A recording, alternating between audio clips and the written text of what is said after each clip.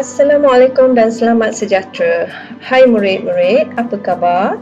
Untuk hari ini, mata pelajaran Sains Sosial dan Alam Sekitar, kita akan mempelajari tajuk objek, iaitu timbul dan tenggelam. Bersedia untuk belajar? Okey, mari kita mulakan. Pada akhir pembelajaran ini, diharap murid-murid boleh menamakan objek yang timbul atau objek yang tenggelam di dalam air dengan betul. Mari dengar cerita sahabat kita tentang akuarium saya.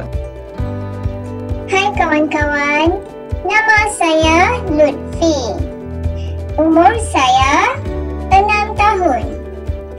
Saya memelihara seekor ikan gapi yang diberi nama sebagai Ali. Saya suka bermain bersama Ali setiap masa. Kadang-kadang saya meletakkan alat permainan di dalam air. Apabila saya meletakkan mainan di dalam air, saya agak terperanjat kerana mainan tersebut tidak masuk ke dalam air. Saya tertanya-tanya, mengapa boleh jadi begini? Kawan-kawan tahu tak apa yang terjadi sebenarnya? Mengapa tidak semua alat permainan masuk ke dalam air? Mengapa ada alat permainan yang berada di permukaan air? Murid-murid sekalian, apa yang Lutfi sampaikan dan lihat adalah melibatkan kejadian ataupun fenomena timbul atau tenggelam di dalam air. Timbul bermakna objek-objek berada di atas permukaan air. Manakala tenggelam bermaksud objek-objek berada di dalam air, iaitu di bahagian dasar air.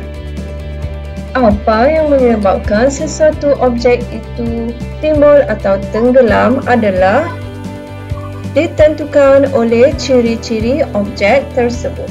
Objek yang timbul mempunyai ciri-ciri ringan dan kedap udara.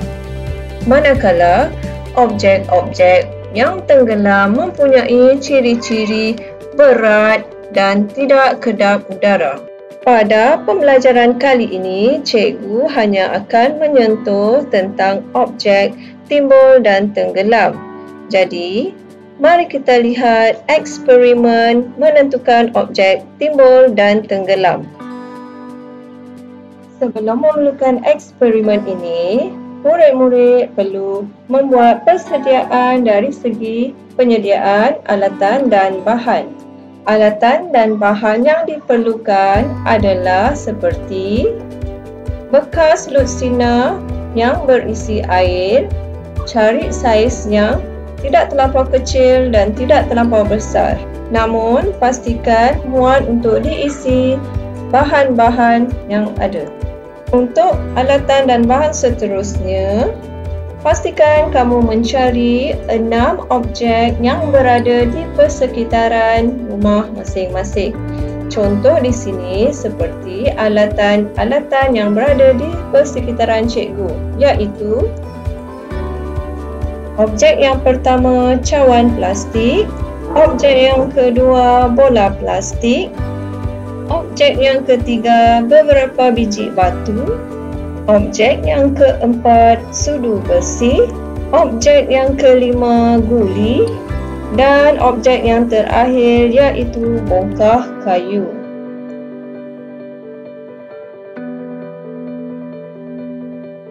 Tanpa membuang masa lagi, mari kita lakukan eksperimen timbul dan tenggelam.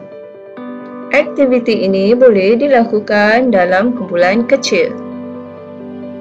Langkah yang pertama, masukkan kesemua objek ke dalam bekas lutsina yang berisi air.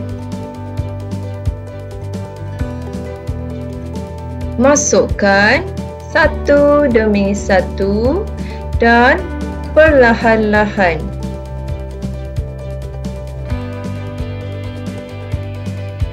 Setelah memasukkan ke semua objek tersebut, lakukan pemerhatian. Pemerhatian dilakukan untuk mengenal pasti sama ada objek tersebut timbul ataupun tenggelam. Mari kita lakukan pemerhatian eksperimen ini bersama-sama.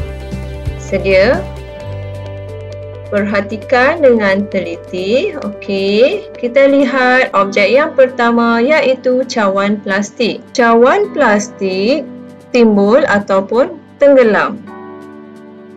Ya, betul, cawan plastik timbul. Tik pada bahagian timbul. Lihat pula pada objek yang kedua iaitu bola plastik. Ya, betul. Bola plastik juga timbul. Tik pada bahagian timbul. Seterusnya, lihat pada objek batu. Dapatkah kamu melihat objek batu timbul atau tenggelam? Ya, batu kelihatan tenggelam. Tikkan pada bahagian tenggelam. Teruskan pemerhatian pada objek yang keempat iaitu sudu besi. Sudu besi timbul ataupun tenggelam? Ya, betul. Sudu besi tenggelam. Tandakan tik pada ruang tenggelam. Lihat guli tersebut. Adakah guli timbul atau tenggelam? Betul, murid-murid. Guli juga tenggelam. Tandakan tik pada bahagian tenggelam. Dan objek terakhir adalah bongkah kayu. Lihat. Ya, bongkah kayu timbul. Jadi, tandakan tik pada bahagian timbul. Tahniah murid-murid kerana berjaya melengkapkan rekod pemerhatian dengan begitu baik. Kesimpulan yang kita dapat daripada eksperimen ini adalah objek seperti bola plastik, cawan plastik dan bongkah kayu timbul. Manakala objek seperti guli, sudu besi dan batu tenggelam. Sebelum kita mengakhiri pembelajaran, cikgu ada menyediakan satu latihan pengukuhan untuk kita lakukan bersama-sama. Berdasarkan pembelajaran kita tadi, kenal pasti objek sama ada timbul ataupun tenggelam. Jom lakukan sama-sama. Ini adalah batu. Baik, dalam eksperimen tadi, batu adalah objek yang timbul ataupun tenggelam. Okey, cikgu bagi masa kamu untuk berfikir timbul ataupun tenggelam. Okey, sedia dengan jawapan? Mari lihat jawapan yang betul. Ya, betul. Batu objek yang tenggelam. Lihat pula pada objek yang kedua iaitu bola plastik. Bolehkah kamu kenal pasti? Ya, objek timbul ataupun tenggelam? Okey, sedia dengan jawapan? 1, 2, 3. Bagus. Jawapannya adalah timbul. Lihat pula objek yang seterusnya iaitu sudu besi. Kenal pasti timbul ataupun tenggelam? Sedia dengan jawapan? 1, 2, 3. Ya, sudu adalah objek yang tenggelam. Tahniah murid-murid. Seterusnya adalah cawan plastik. Adakah objek ini timbul ataupun tenggelam? Sedia dengan jawapan? 1, 2, 3. Ya, cawan plastik adalah objek yang timbul. Tahniah murid-murid. Objek yang seterusnya adalah guli. Adakah guli timbul ataupun tenggelam? Okey, sedia dengan jawapan 1, 2, 3. Betul, guli adalah objek yang tenggelam. Tahniah murid-murid. Dan objek yang terakhir sekali adalah bongkah kayu. Adakah bongkah kayu ini timbul ataupun tenggelam? Sedia untuk menjawab? Pastikan jawapan kamu betul untuk yang terakhir ini. Sedia? 1, 2, 3. Ya, betul. Bongkar kayu adalah objek yang timbul. Tahniah dan syabas murid-murid. Seterusnya, ini pula adalah tugasan yang perlu dilakukan oleh murid-murid di rumah.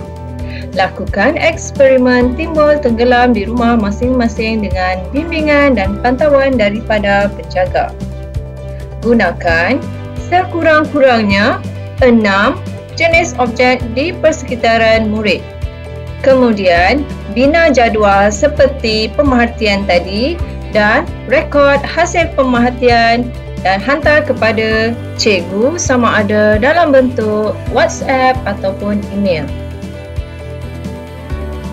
Sebelum kita mengakhiri pembelajaran ini, mari kita buat refleksi tentang pembelajaran yang telah dilakukan.